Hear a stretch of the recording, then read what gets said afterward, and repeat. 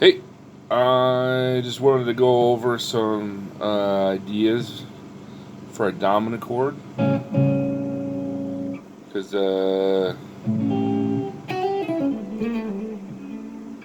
there's so many, um, and especially in context of like whatever you're gonna do, whether it's gonna be like a funk thing or blues,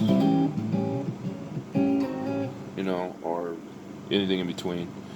But like playing over dominant chords has always been like something I sucked at and still work on, like, because it's kind of what I work on. Because it's really easy to play over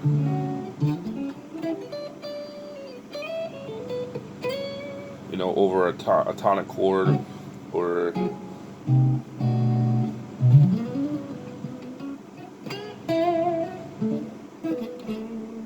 but then to get to that,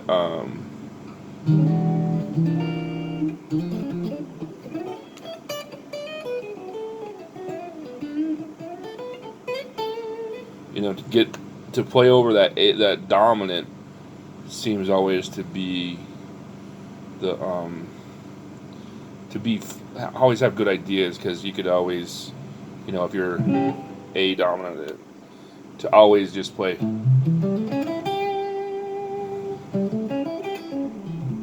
I mean, that sounds good and all,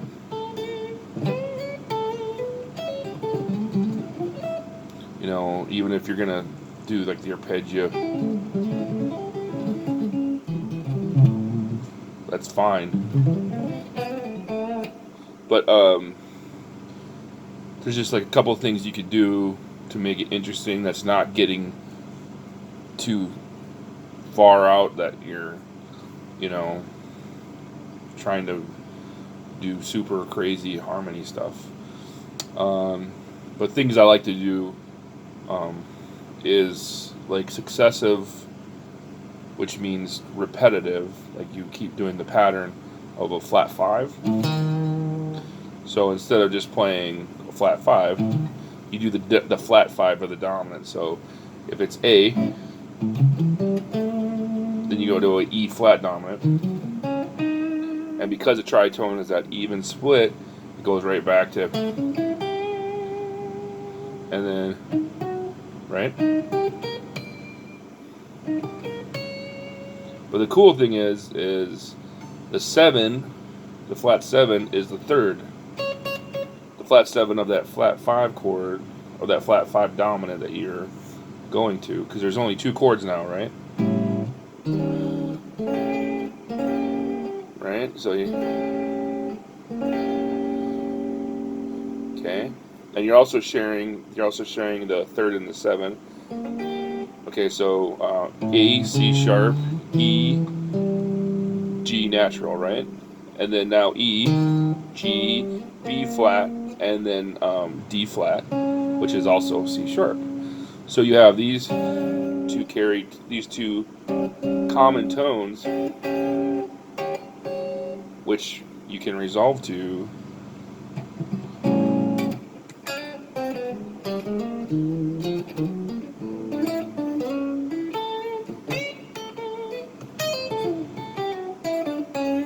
right? So you can do really cool things by having that.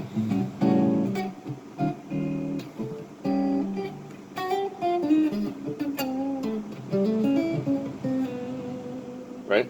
And it sounds out enough to where it has interest, to where you're.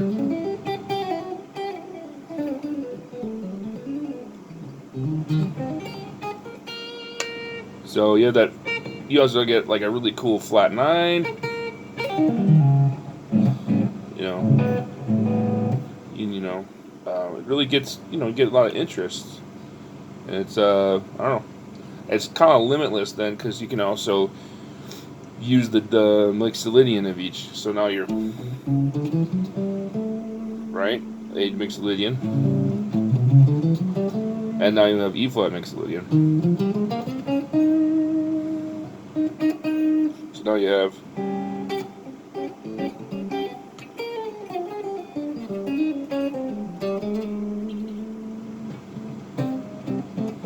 right? So then you have like lots of, you have your excuse me, you have your flat three, your regular, your major third, your four. You have a lot of chromaticism.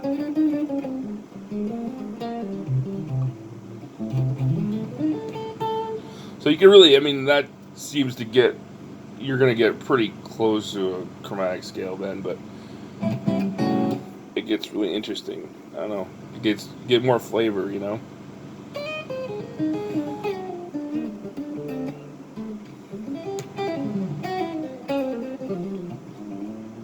So it's just cool things to do.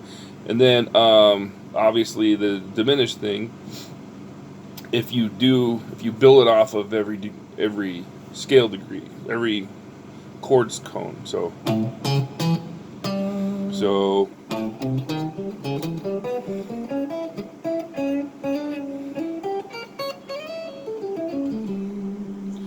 if you did that, right?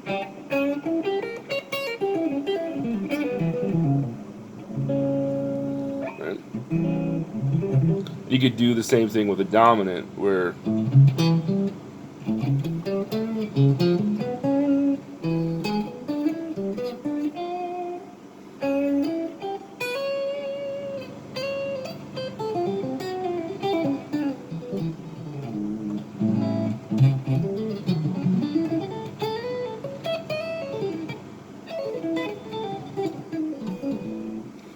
I mean, it could get really out there sounding, but it just gives you some options that are, just, less than regular.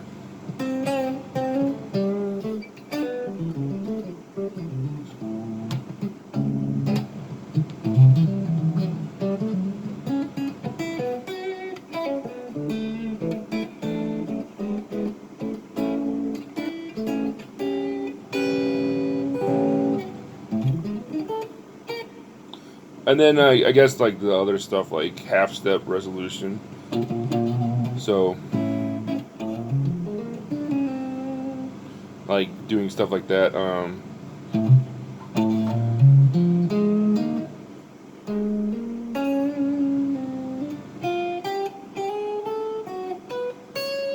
So you can go zigzag back and forth. So you're starting A, then go up to a B flat dominant. Even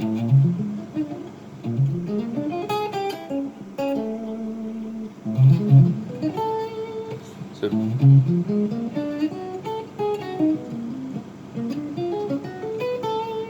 and just really work it in, right? Then first octave of that, right? Right?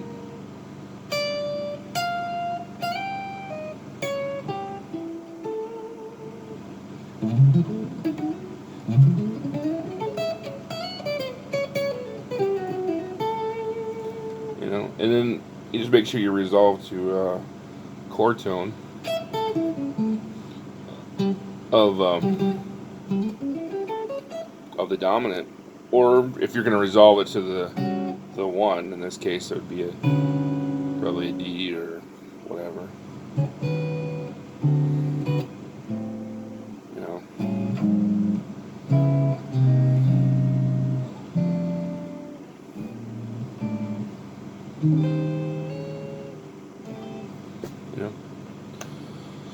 So, I mean, there's the regular stuff, the pentatonics,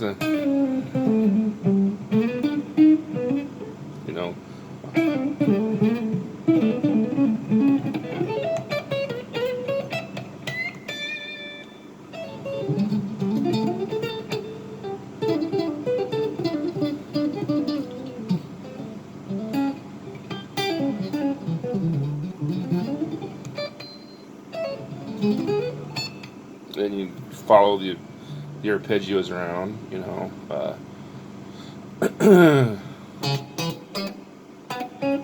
can add a 9 there. That's always nice. And then just keep playing with it, man. And then try not to make your phrases too long, too big. You know, like, this is not a... That's something where I don't think you're really... That's not a statement. That's like a... I don't know. You want to resolve to a tone, to a melody tone, so...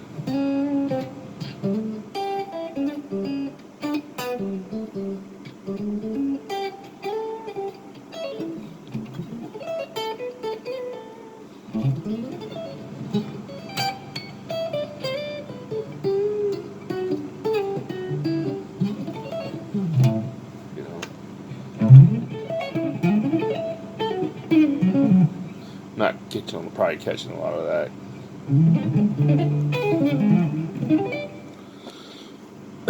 But so I just thought I would share that with you guys.